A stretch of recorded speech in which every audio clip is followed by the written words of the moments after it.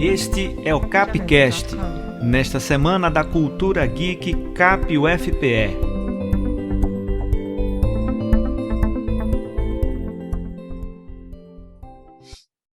Saudações, comunidade geek, nerd e afins.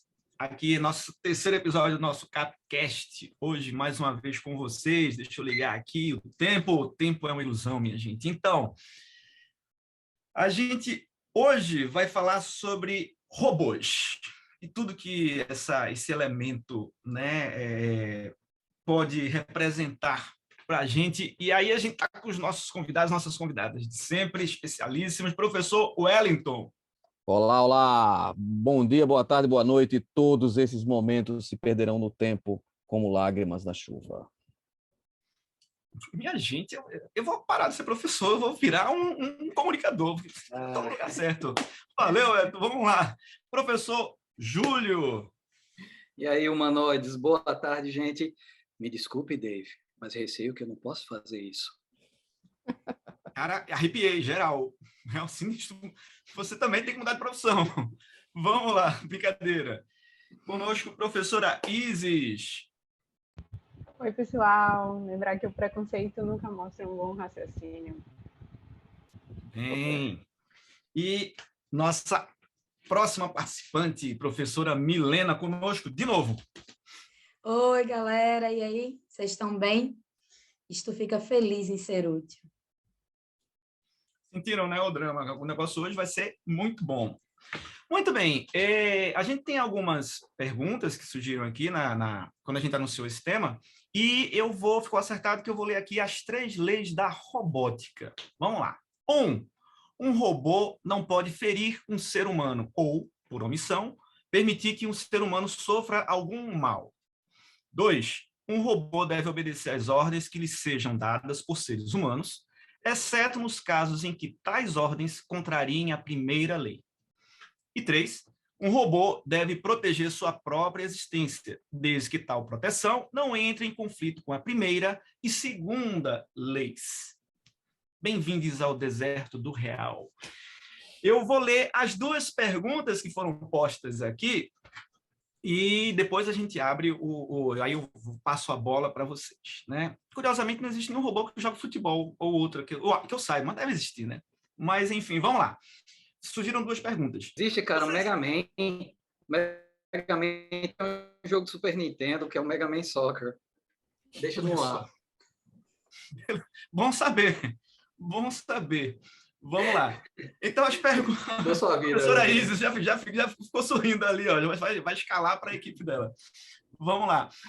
A primeira pergunta surgiu assim: vocês realmente acham que no futuro existe a possibilidade de sermos controlados por robôs, como em Matrix?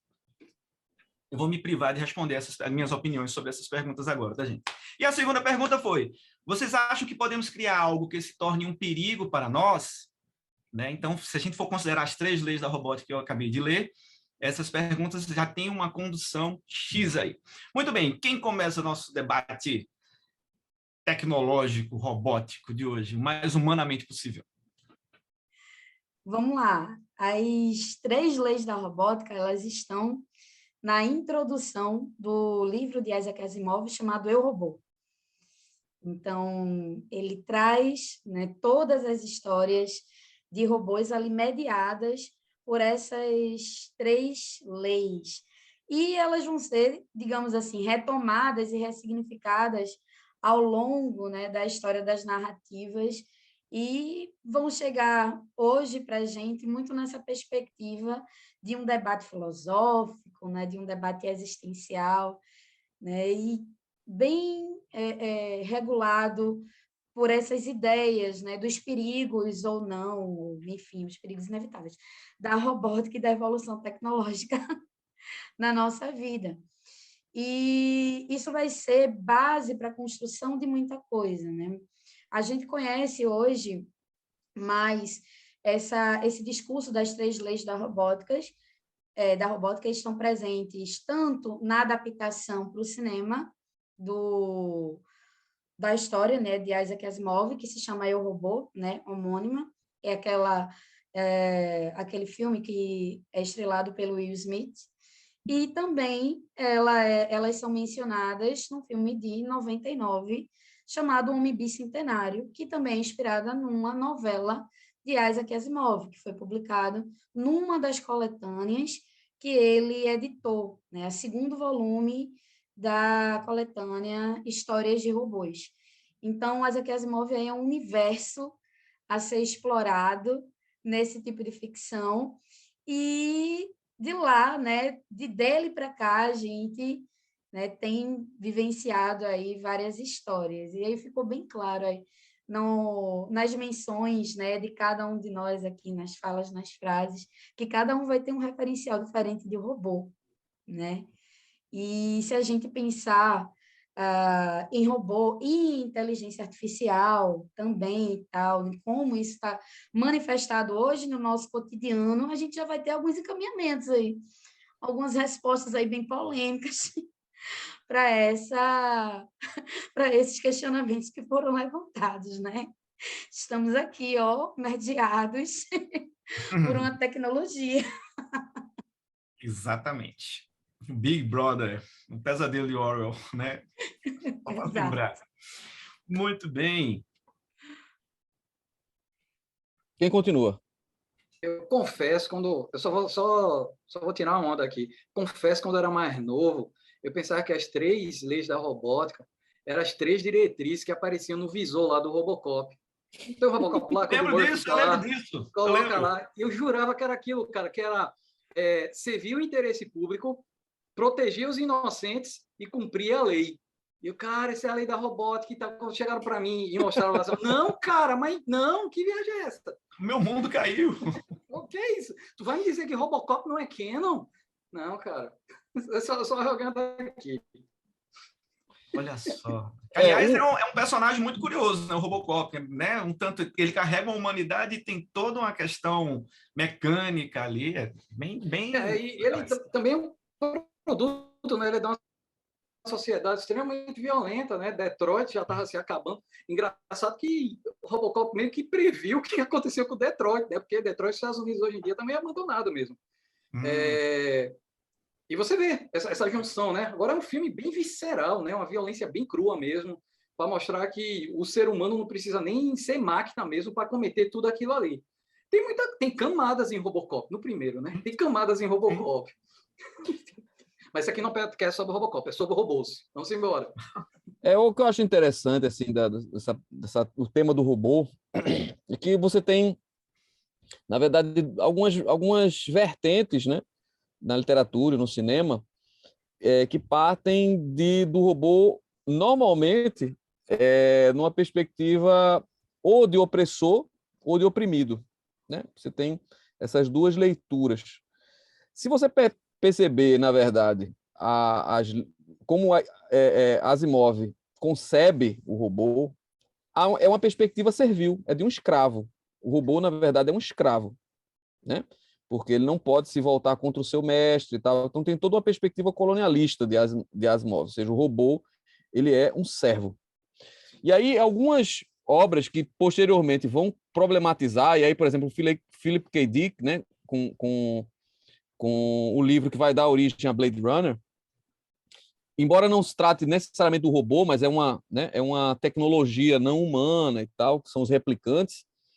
E foi aí a citação que eu fiz no começo na fala inicial, que é a fala do personagem, quando ele coloca isso, né? Quando ele vai morrer, e na cena final, em que o personagem... É um spoiler, desculpe, viu? Vocês se querem... Foi mal, mas assim...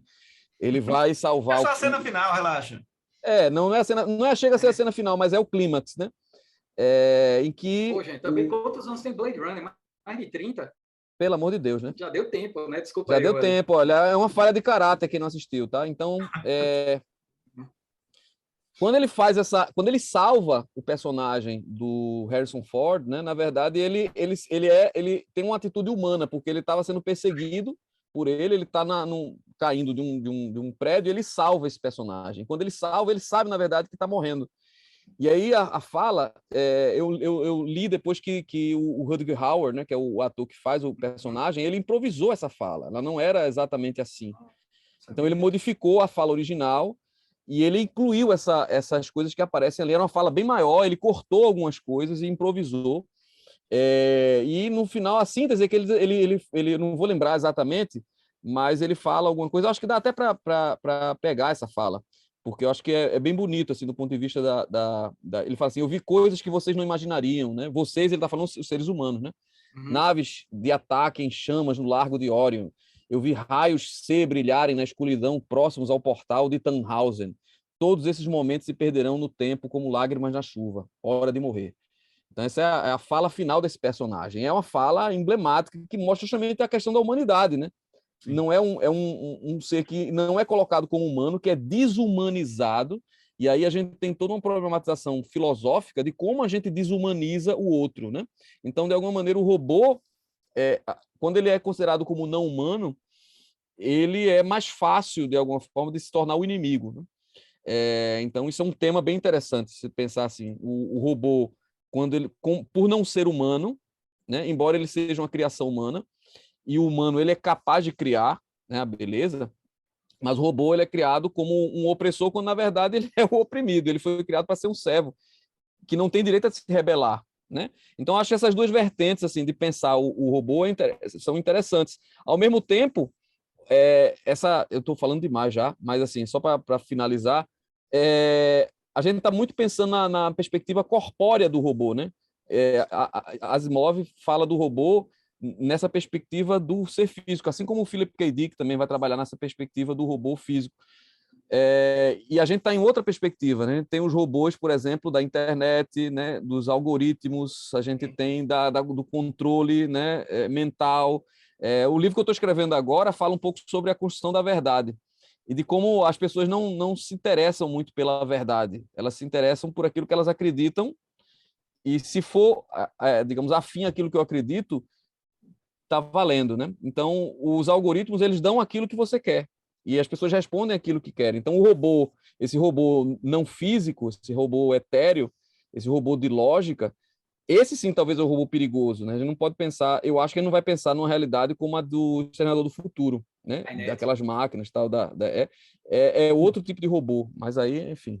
E essa sutileza desses robôs que não tem um corpo físico, não uma estrutura física, é muito mais penetrante, de fato, né? Praticamente a gente falou de mercado nos outros podcasts e tal, então meio que traça um pouco essa questão da dinâmica do mercado, do imaginário, enfim, de posicionamentos de várias ordens, é uma coisa bem complexa. Mas queria só falar, eu lembrei de uma coisa quando ela estava falando, uma cena de um filme, e é muito comum a gente lembrar quando está falando dessas coisas, Alien, né? O Oitavo Passageiro, numa das 740 versões, tem uma cena que eu não lembro agora qual é dessas versões, tem menos que esse número, viu, gente? Para quem não conhecer essa saga aí, mas tem um bocado. Tem uma personagem que é interpretada pela Winona Ryder, que é um androide. No 4. É o 3, né? O 4, pronto. É o 4. A ressurreição.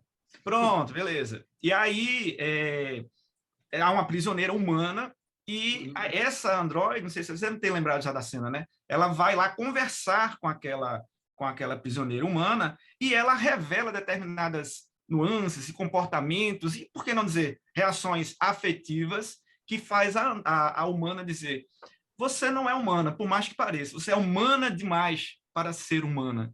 Né? Então, assim, aquilo é ensinado, ela foi programada para ter aquela... E me lembrou agora a segunda coisa, o Wall-E, aquela animação da Pixar, né?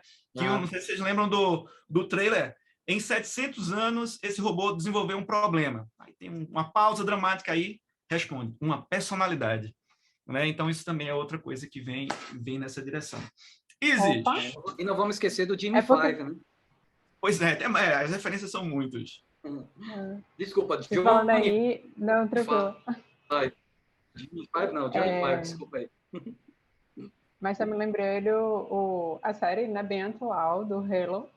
Não sei se vocês então acompanharam, mas quando a Cortana vai, ela se rebela, né? Não quer, não segue as ordens da sua criadora. E aí ela vai e vai ajudar o Esparta, né? Então, vai ali auxiliá-lo. E é a grande surpresa, né, da criadora, o quanto a IA, né, ela vai criar essa personagem assim, a ponto de não seguir as suas ordens, né, enquanto criação, para estar, de fato, acreditando naquilo que ela está visualizando como é o correto, como é o melhor. Né? Então, sobre essa questão aí do robô, da humanização, do domínio sobre o corpo do Spartan quando ele morre. Eita, foi bom. E aí, bom, todas Olha, essas coisas alert. que acontecem no jogo Tem que eles colocar trazem um pra alerta de série, né? spoiler. Pois Cara, é uma série de jogo também, cara. Master Chief, Halo. É verdade. Isso, exatamente, Master Chief. Não, é engraçado que tem uma tradição que eu não sei se começa no cinema, não sei se começa com 2001 Odisseia no Espaço, ou se começa antes, de robôs vilões, né? O robô se tornou o mordomo, na verdade, de alguns filmes, porque você pega lá, sempre vai ter um robô que quer, para manter a ordem, para estabelecer a coisa, ele vai lá e ele vai trair a tripulação, né? No Alien, eu acho que acontece isso, né? O androide da tripulação é quem quer um pelo motim da bem, história. que faz. Na verdade, o que ele quer é a ordem, né? Ele quer estabelecer a ordem, pela ordem ele subverte, ele se transforma no vilão. E sempre vai ter aquele leite branco que sai, né? Que é o sangue dele, é sempre um leite branco, já é um clichê. Cara, Azul, né? no Eles cinema, adoram. qualquer máquina, a máquina vai ter qualquer coisinha de sentiência no cinema, tipo a máquina de Xerox, cara, assim ela ganha sentiência. Ela começa a atacar a gente, soltar papel, fica a Um boca. monte de boletos, assim, na nossa direção. Ô, gente. É, Meu cara, Deus, a visão a do máquina inferno. lá soltando Coca-Cola na sua cara. Olha, sobre Machista Hero. esses robôs servis, né, que aparecem em algumas narrativas. A gente tem uma robô nos Jetsons, né, que é a uma série de Rose. animação, Rules. e tem o Marvin, do Guia, Uhum. que Do também mochileiro. que é Exatamente. o Marvin do Guia do Mochileiro das Galáxias, que é um, enfim, é um personagem extremamente cômico dentro da narrativa, né? Porque ele é tão inteligente, que ele é depressivo. Então, ele tem uma característica. Pois é, ele é um tipo social, gente. Pode crer, total. O Marvin é um tipo social dentro da narrativa do guia. Então, esses robôs, eles vão, né, pululando essas relações de humanidade. E aí, muito dentro do que estava sendo comentado, né, do que constrói essa corporalidade, que é uma relação de humanidade também. Se a gente for ver as ilustrações que existem nos livros de Asimov, que são ilustrações de robôs, são ilustrações humanoides. Se a gente for comparar, por exemplo, com os robôs da Matrix, são robôs corporificamente desumanizados. A gente não tem um corpo de robô ali, ou um corpo humano ali naqueles robôs de Matrix. A gente tem uma realidade criada que emula, né, a humanidade, né? O Smith e tal. Então, a gente tem, né, essa questão da corporificação do robô também como uma coisa interessante. E se a gente for falar do clássico, O Homem Bicentenário, né, que é essa novela de Isaac Asimov, a gente vai ver que a luta de Andrew, que é esse personagem central, né, para se tornar humano, está muito ligado também a essa questão de corporificação. Né? E, mais que isso, da grande questão da existência, que é a morte. Então, essa humanização, né, ela passa a ser uma ideia e um objetivo, né, a ser alcançado. E quanto mais ele vai se humanizando, mais ele transgride as leis da robótica, sabe? Dentro da narrativa. E é aí, demasiado humano. Exatamente, é demasiado humano. É poético. Gente, essa novela é poética. Preciso ler, confesso, minha culpa, não li ainda isso aí não, mas enfim. E assim, é uma boa oportunidade para a gente discutir, sabe? Da gente realmente pensar nessa questão. É uma história de robô que faz muito mais a gente pensar na humanidade do que na própria existência de máquinas, né? E vai muito, novamente, dentro dessa questão de que foi levantada aqui do pensamento colonial, né? Andrew foi feito para servir, né? Tanto é que a frase dele, né, icônica é: isto fica feliz em ser útil. E isso é repetido, né, tem uma frequência de repetição na novela e tal, que marca esse afastamento dele da humanidade, que passa a constituir uma dor psicológica, sabe? Então, é toda uma complexidade envolvendo essa novela. Eu queria pedir licença a vocês, como é que está o nosso tempo, amado? 15 segundos. Então, infelizmente, não temos como ler Mas foi muito legal. A gente vai os tomar comentários isso. da galera, mas foi muito Isso. massa, gente. A gente retoma, Assistam gente. Foundation de Asimov, que ainda não viu. Também. A psicohistória dica. da feira. A máquina que pediu. Poxa, Muito bem. deu nosso tempo. O tempo deu. Olha aí, essa também era uma pauta, viu, que dava planos para manga, para a gente continuar aí. Pode continuar. Eu acho que todas elas, viu? Você que está assistindo Verdade. agora, os créditos estão passando, a gente está falando aqui enquanto o crédito vai passando. Aí quem tá fazendo? Mandem. Quem não esgotar nenhuma. Nunca vai conseguir. A gente vai ter trabalho para ainda ficar assim, aposentado falando essas coisas aqui. É verdade. Caramba. Da Correct Bill.